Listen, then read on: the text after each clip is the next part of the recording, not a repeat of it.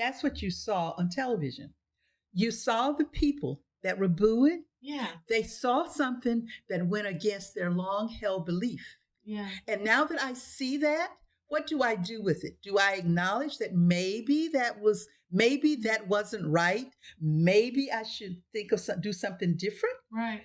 Or do I say, let me just reject the whole thing Right. and double down? And that happens. That happens a lot.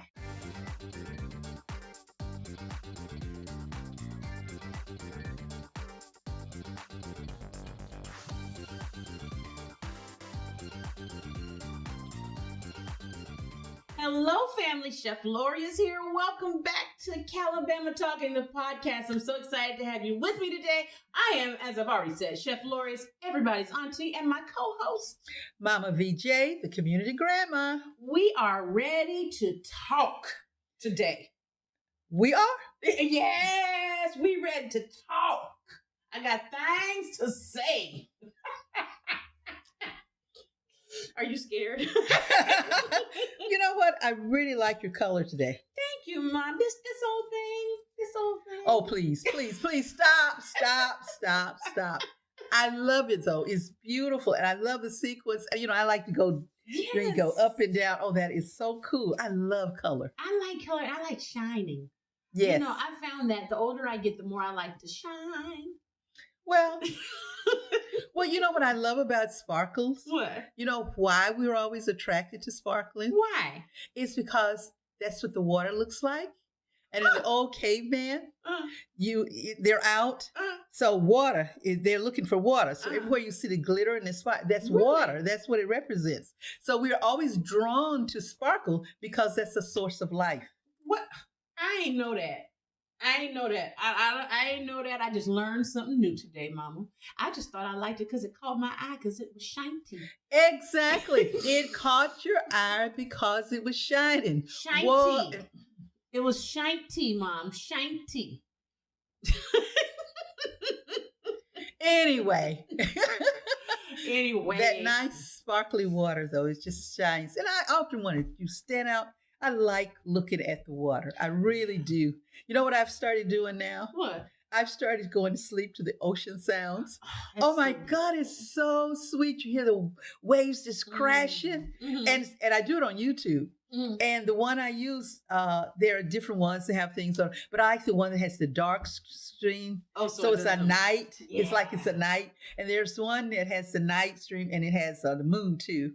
It's just really, really nice. And first time I was doing it, was like, it's really good, okay. And then one night I had it up just a little bit louder. I said, oh, I was messing up. This is awesome. You felt like you were acting on the beach, right? Yes. You know, that's the one thing that COVID stole this year. Not the one thing, but one of the things COVID kind of took this year. But we didn't get to go to the beach. Our family goes to the Outer Banks every year, and I missed our week-long family week this year. You know, I've never been to the beach. You're gonna go, but you know what? Me, you, and Madison are gonna go and make it a girls' trip. That's gonna be fun, and then we can watch all kind of sappy movies and stuff. I just want to walk on the beach. I want to do something I never do. I want to get up early and see the sun rise. It's beautiful. Oh wow! But I'll tell you who won't walk on the beach with you. Madison. These kids like to go, their version of going to the beach is they like to, mommy and daddy to rent a big beach house that they can watch movies in on different floors and play games because they know that's our vacation week and we do not work more for the most part. So that's all they like about the beach. They don't like the sand. How do my kids not like the sand but always want to go to the beach? Well, now that they're swimmers though. I don't want them swimming in no ocean. It's sharks in the ocean. I'm not trying to get them bit up. Don't do that. Well, we always get a house with a pool. There you go. All right, there we go. So my kids like the beach house. So maybe I should say COVID stole our beach house vacation this year. But I just think that the water would be just really beautiful. Wow, it is. I always liked to hike, but it's been so long since I did some really good exercising. So I've had the opportunities that come to hike. I have not been able to avail myself of them because I don't have enough energy to walk around my flat neighborhood. I want to try hiking too. Actually, anybody listening, if you have some advice on how me and Mama can get into hiking, please drop us a message, Lori at cheflorious.com, or just go to Instagram or Facebook and put a DM in there. Tell us some ways we can start hiking, because I want to try hiking too. Maybe we can talk Madison into going with us. No. Just me and you?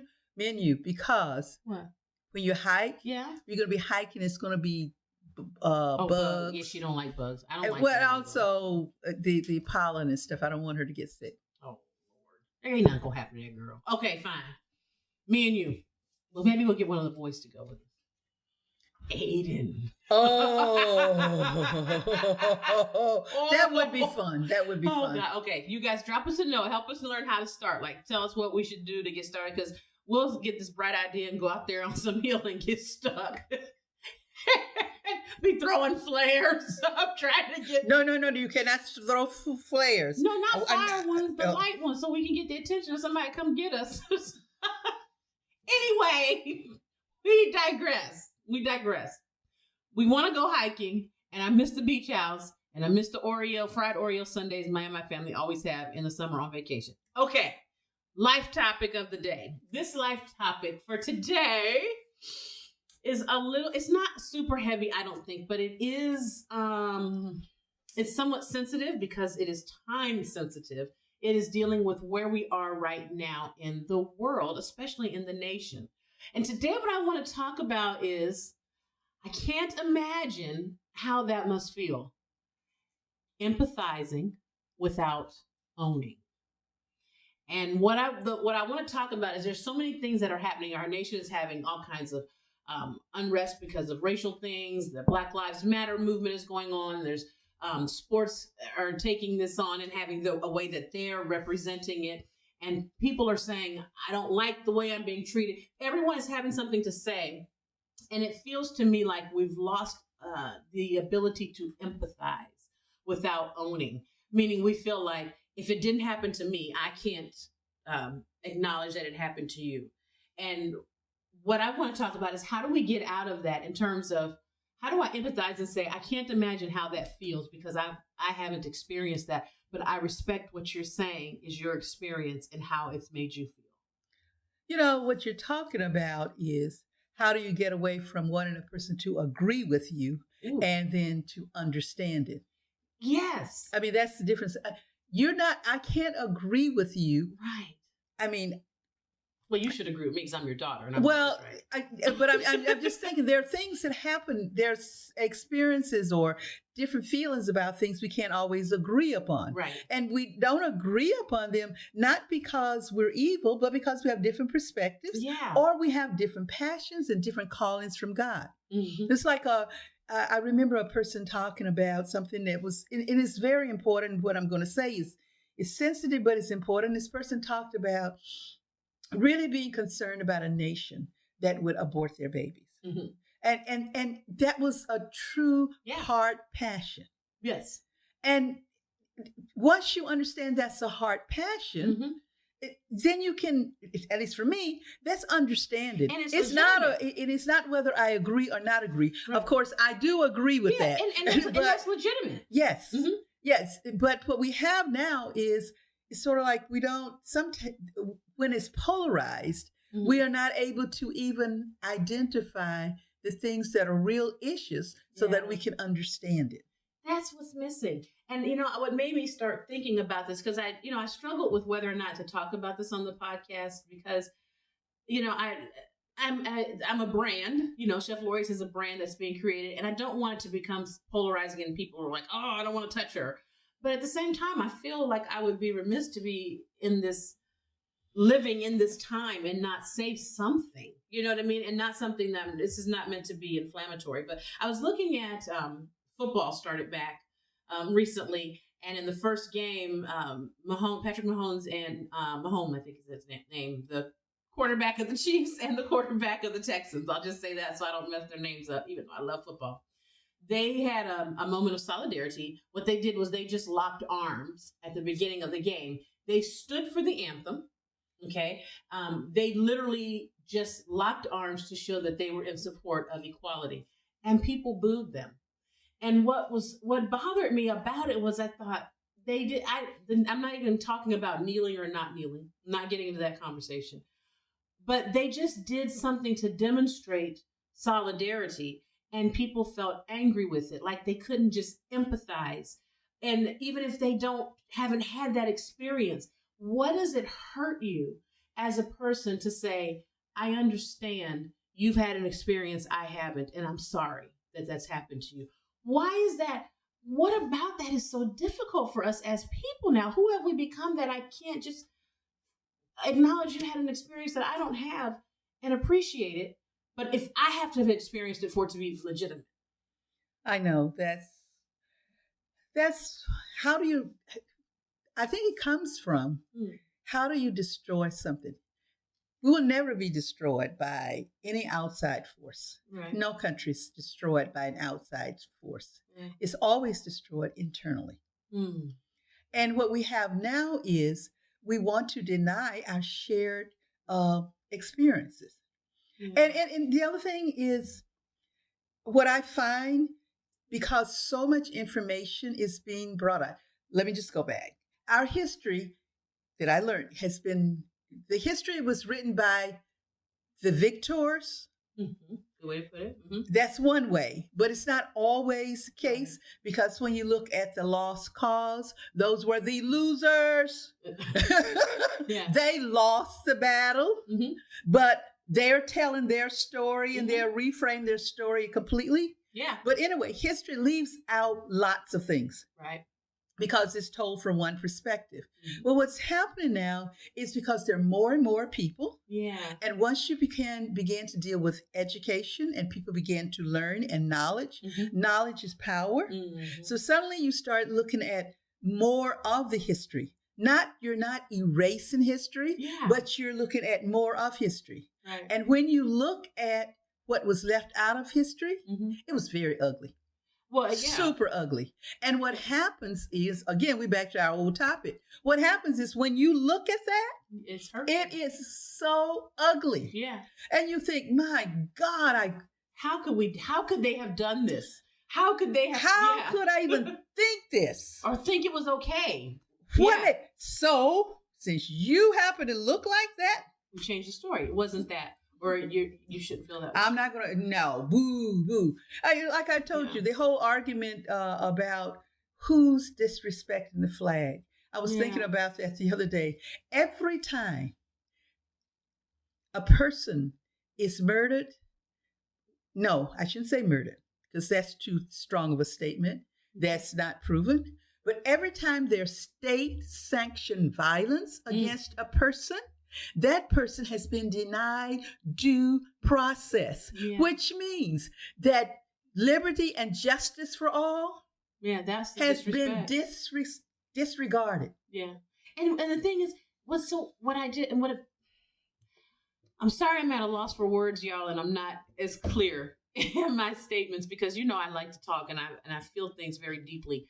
But I just don't get how what will you lose by acknowledging something that's happened, or by acknowledging what something means. Like a perfect example, when people say Black Lives Matter, then you end up in this whole debate of they're a Marxist group. First of all, the people who are always claiming they're a Marxist group, I wonder if they even know what Marxist means, or is that just something they heard?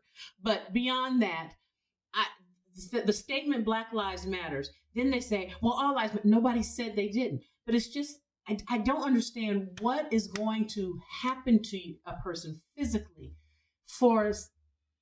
if they acknowledge that something is happening to another community that is impacting them. And it kills me when I see this, like, I just can't say it. And it's like, listen, I'm not asking you to own my experience. I'm not asking you to own the experience of a Black mother raising a Black son. I'm not asking you to own the experience of a woman dealing with sexism. I'm not asking you to own the experience of a young person or an older person dealing with ageism, because it's all the same concept. I'm not asking you to own that, but I can ask you to respect the fact that that's my experience. Do you understand what I mean, Ma? Yes, I do. This is a real hard one for me. Well, I asked someone that question once. I asked the question, what would it do to acknowledge that George Washington had slaves. Right. What would harm? He did really great things. Yes. Wonderful president. I go to that, admire I like him, Mount Vernon. and I have no desire to denigrate him. Right. But what's so wrong by acknowledging that when he had a runaway slave, how he tracked him down and how much energy put in finding this particular person and the kinds of things. What was so wrong? I said, what does it take away from him for that? What does that take away from his accomplishments that he also did this? Right. And the person kind of actually got a little upset with me for asking and said, well, I said, no, I am not saying he didn't do great things. I'm saying acknowledge that he also did these other things.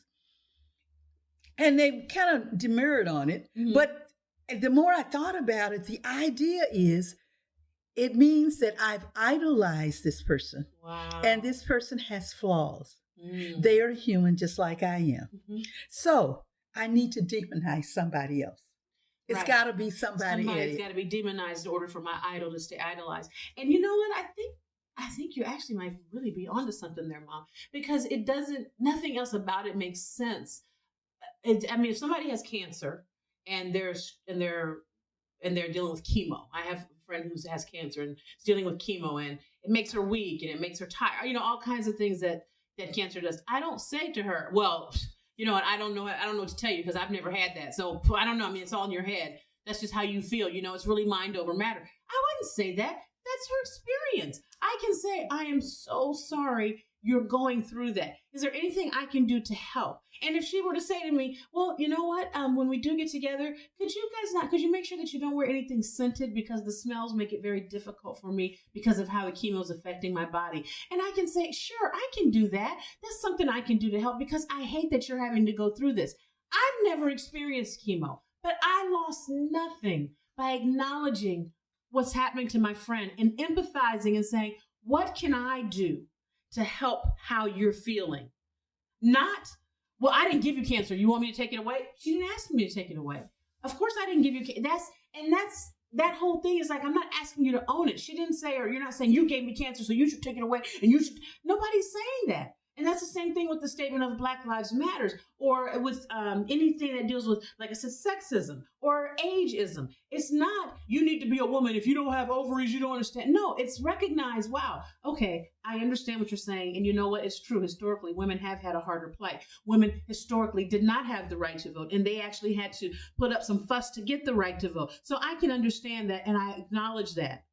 That doesn't take away from anything. But why can't we do that? Why is that so hard for us as people to do? And well, it always goes back to, again, we don't want to, well, what we've done is, we're back to self-betrayal.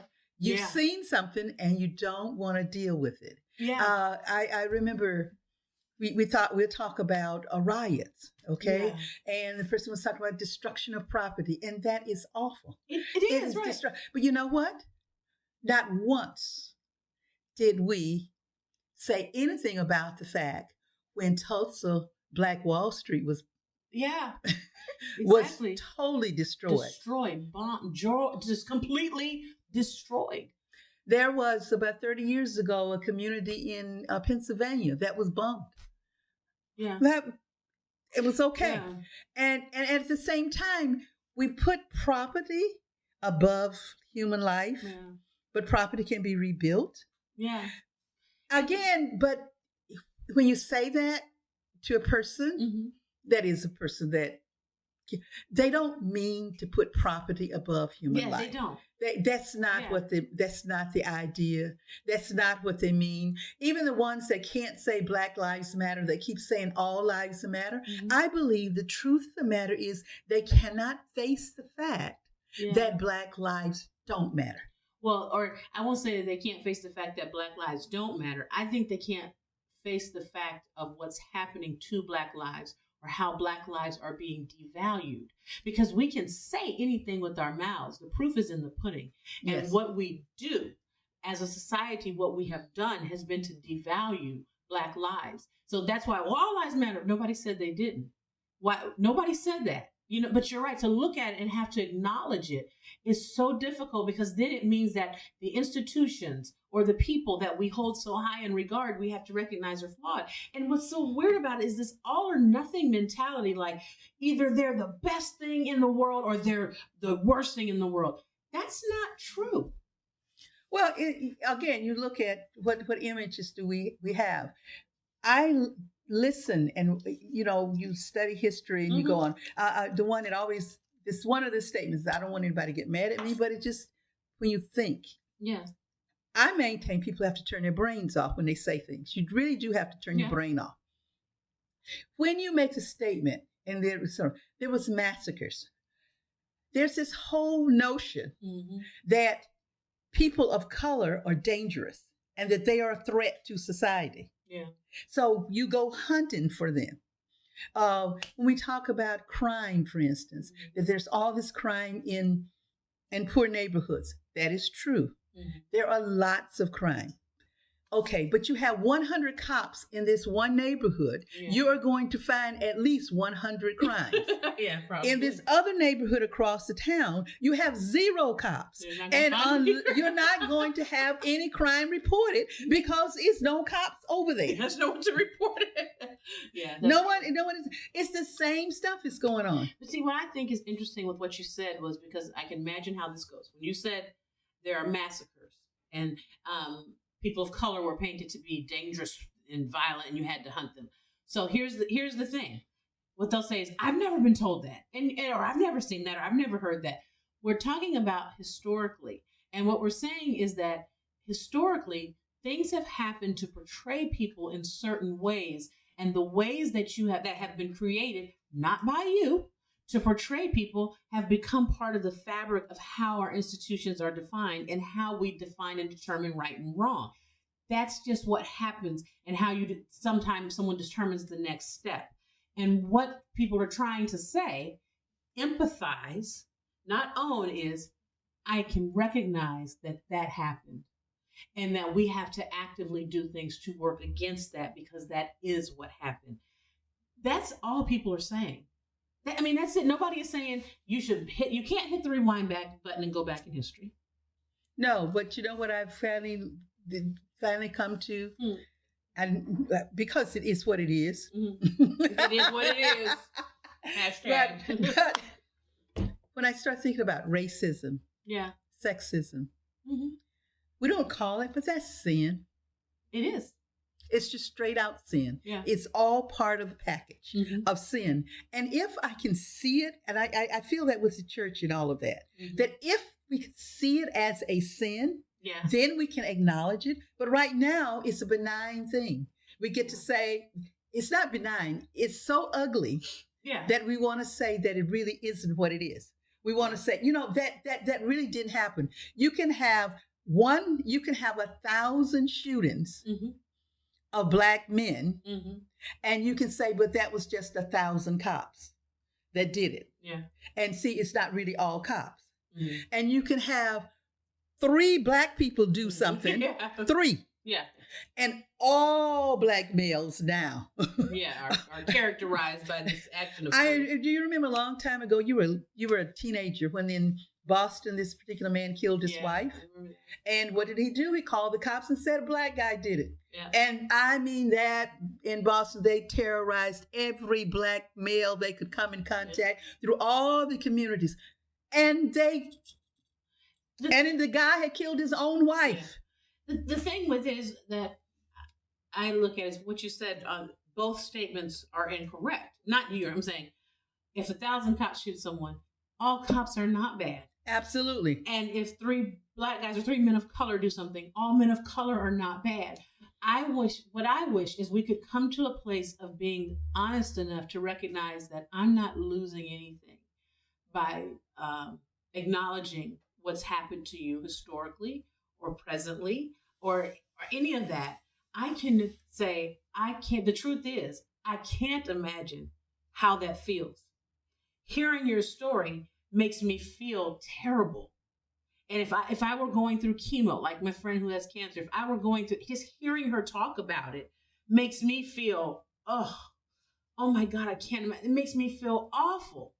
But I can't shrug that feeling off by saying, well, it's her own fault, or, well, I didn't give her cancer. I can't cleanse myself of that feeling. You know what I'm saying? Well, I like the fact that you use the cancer thing, but I have actually met people that are cold to just cold with that. Well, they got it from drinking, they got it from smoking. Well, they got another problem. What I'm saying is, it's the heart. It was one of the interesting things that happened to me is.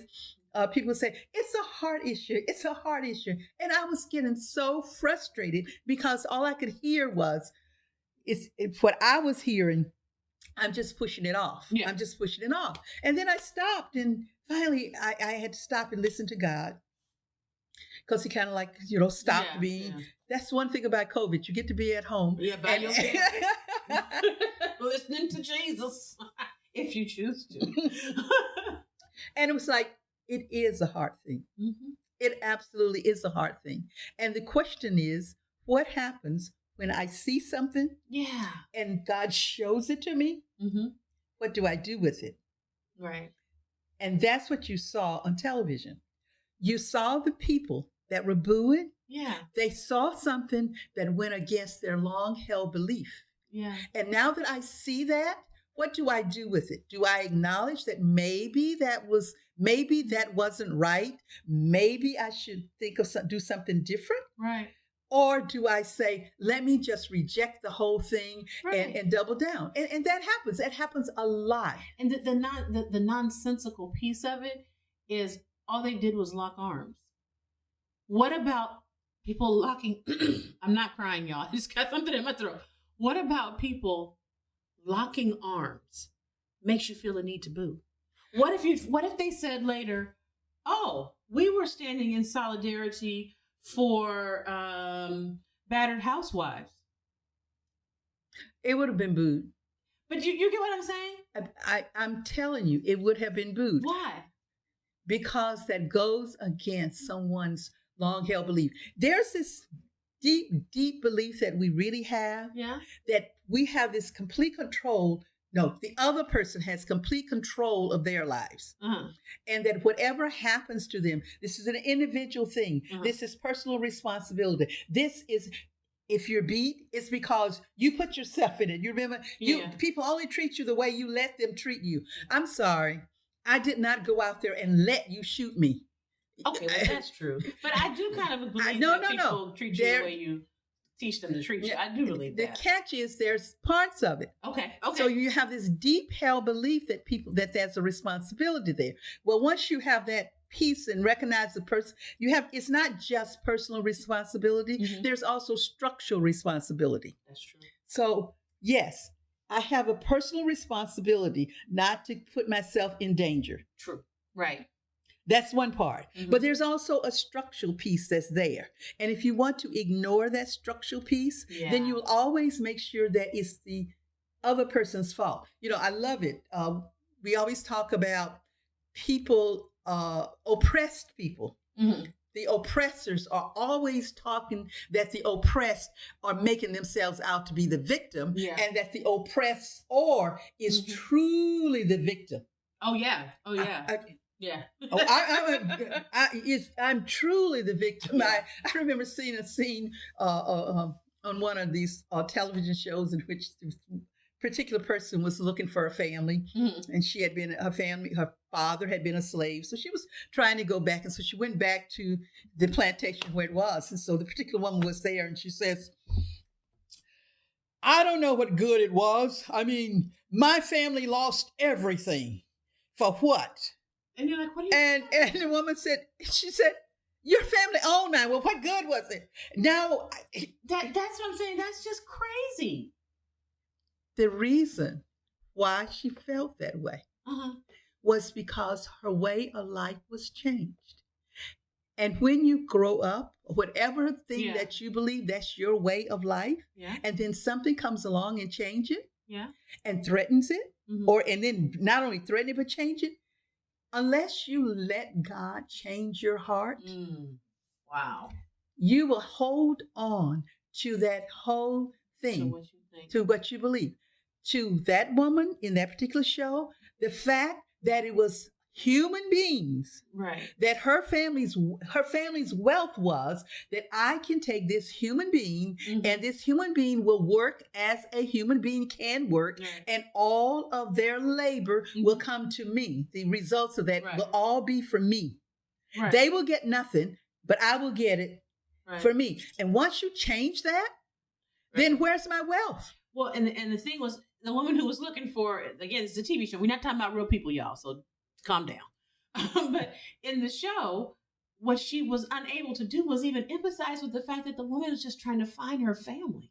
Exactly. She just wanted to know what was the next thing. I always love it when people ask me about my pedigree. There's one of the things that schools ask, and it was really cute. They'll send home in certain grades about, trace your ancestors back. Yeah. Okay. So now if you are an African American, yeah, you're not going to go back that far, no matter how. And then people want to question you. Well, the truth of the matter is, how can you answer? Because all that time you decided that Africans were property. They did not. They had all the qualities of humanity when it came to working. Yeah. But you decided that they had no value enough to even be listed with a name. Yeah, and families were separated and things. So you can't go back. You can't go back but so far, because there's not going to be any records.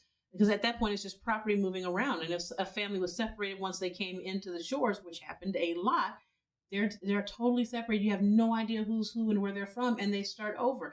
And I guess the thing is just, I just want us to get to a place, and what I'm working on, you can only start with yourself. How do you change the world? One person at a time. I want to be able to be empathetic and understand that I can't imagine how something feels, but that doesn't mean that I can't empathize with you and I can't offer whatever I can to help you. And I'm not asking you to, you're not asking me, I should say, let me back up. My friend with cancer is the best example. She's not asking me to get cancer so that I can understand how she feels. She just needs me to be sensitive to the fact that this is a battle she has. To be sensitive to the fact that it's going to impact her life in ways that my life is not going to be impacted. And she needs me to have a sensitivity to that and recognize that and not feel threatened, so threatened that I can't say, you know what?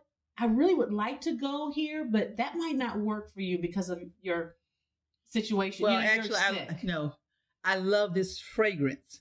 Yeah, I really love wearing this, but you know what? I know it's going to bother her because the chemo she's going through. I don't want somebody, she's not stealing my freedoms or my liberties by asking me to not wear that fragrance because it affects her, because she is going through something that I'm not, and that I pray to God never will have to. And I just don't understand. I want us to get to a point where we can see that and appreciate that. And I don't have to agree with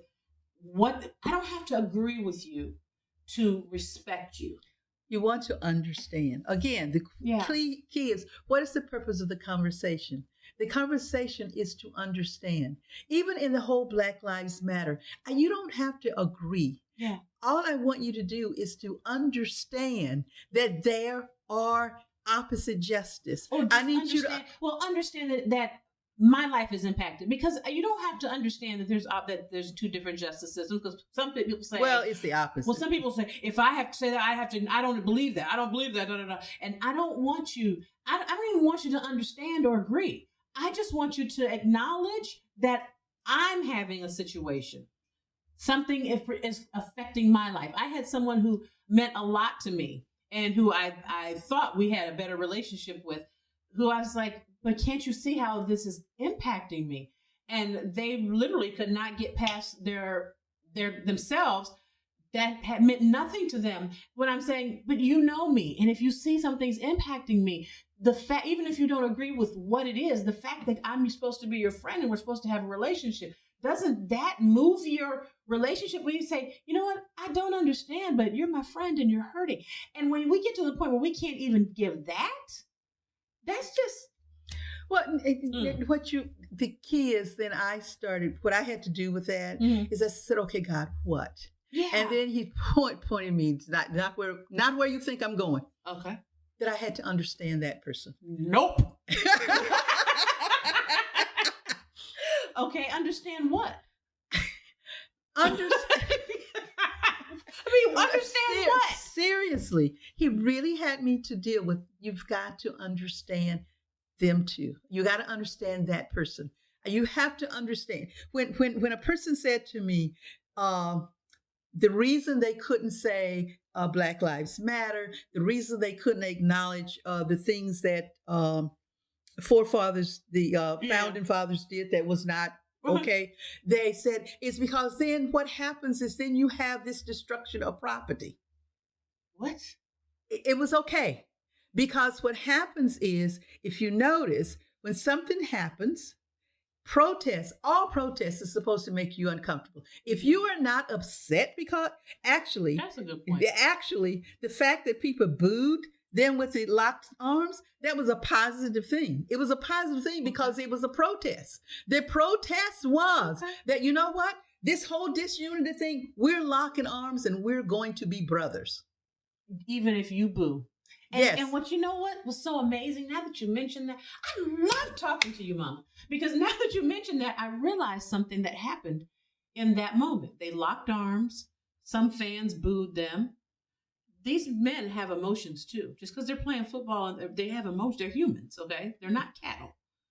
They then were able to be unified, block out the negative energy, and still do their jobs. Number one, to provide for them and their families. Mm-hmm. Number two, to play the game that they were paid to play. Number three, to give those fans their money's worth because they played their tails off.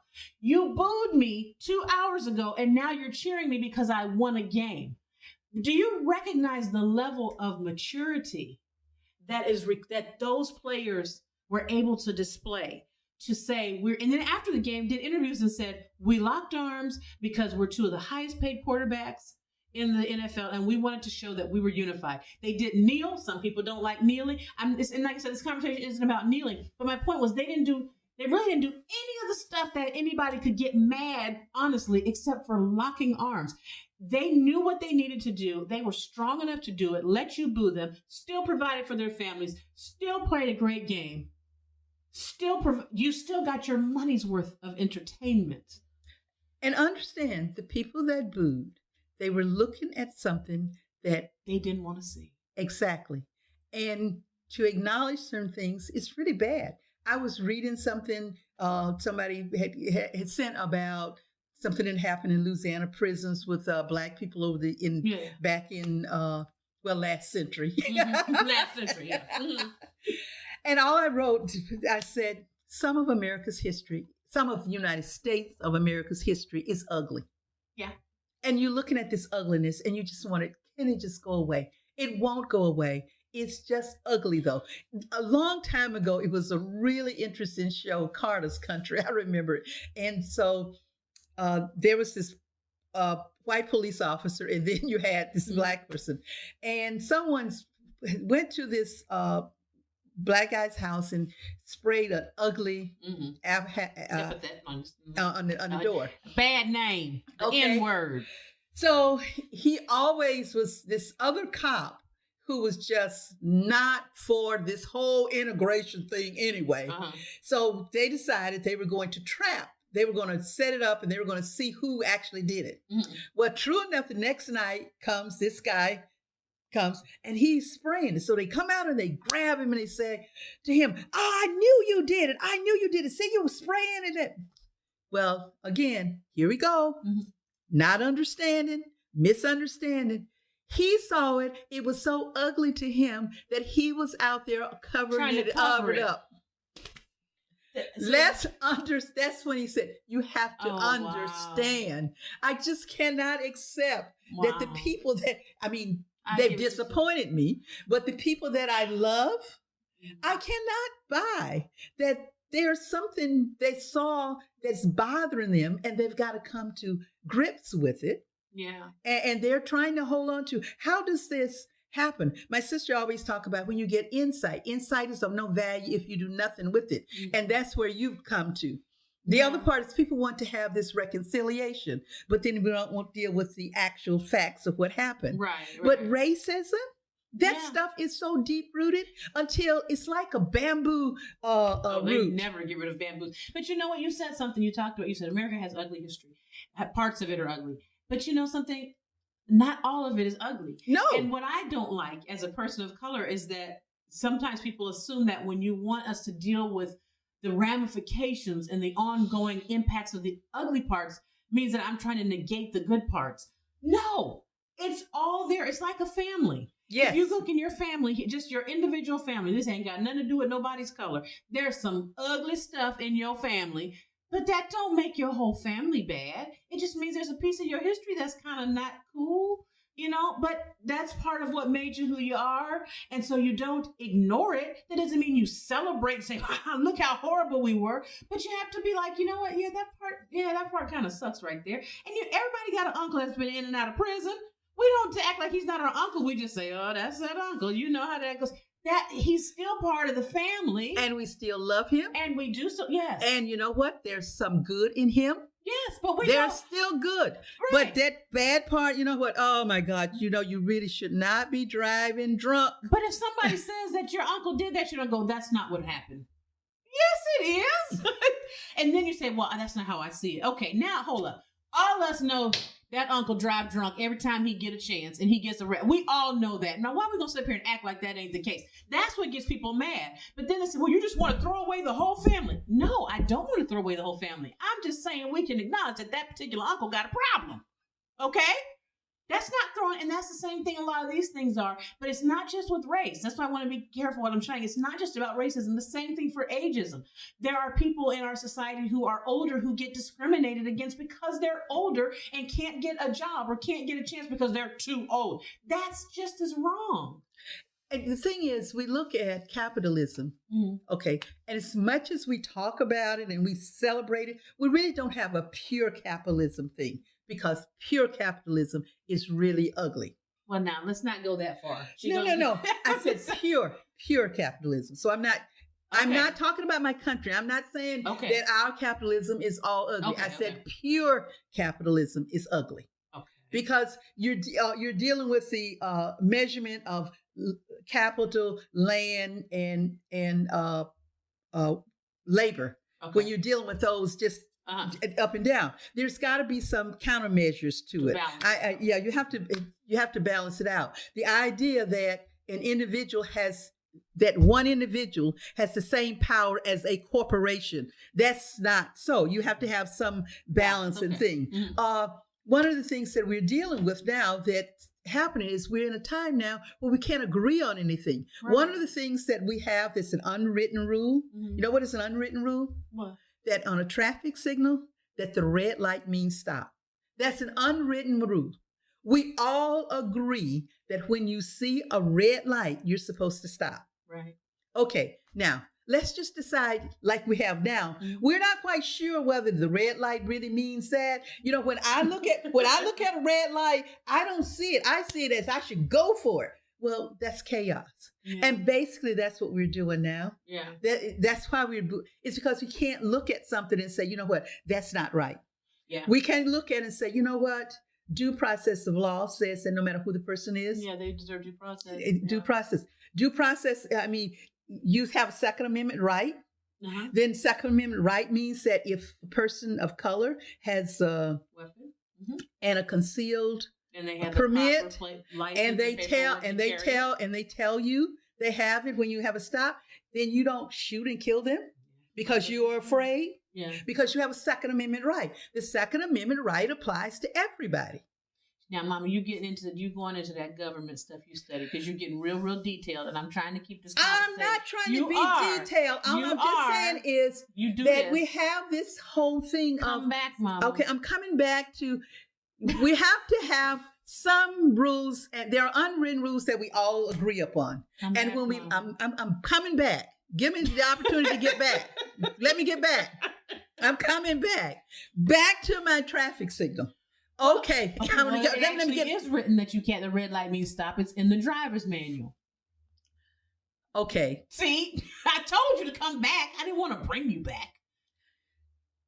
And all the other, and you know what? And all the other things that we're talking about that's happening. They're technically written. They are written too. That's They're all technically written. Yeah. Every one of them. But your point is still taken. Your point is, because your point is not about the written or unwritten. Your point is, though, it's something that's there. It is written somewhere, and it's an agreed upon thing. Yes. We don't have to when you get pulled over, if you stop running red light, you don't go, well, I didn't think the light was red. I mean, you know, we'll say that. You don't say, well, the red light doesn't mean stop. Yes, it does. Everybody knows that. So yes. Yeah, I know what you're talking about. Yes, but I don't want us to go. You going now? You start to talk about all these individual cases with the weapons. We're not having the Second Amendment. I really am not trying to get into we're that. Not talking about that. Okay.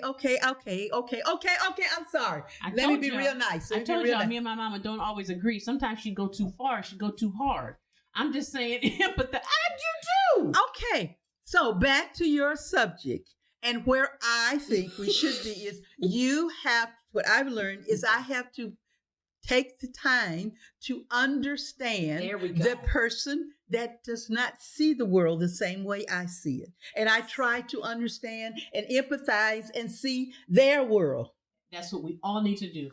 Empathize and understand without owning it. And even what you're saying that's hard for me is even if the person can't empathize with you, try to empathize with why they can't empathize with you. I'm not there yet. You just keep on praying for me. Well, it makes it certainly makes things. Well, how can it? But then the next question is, how can I bring about a change?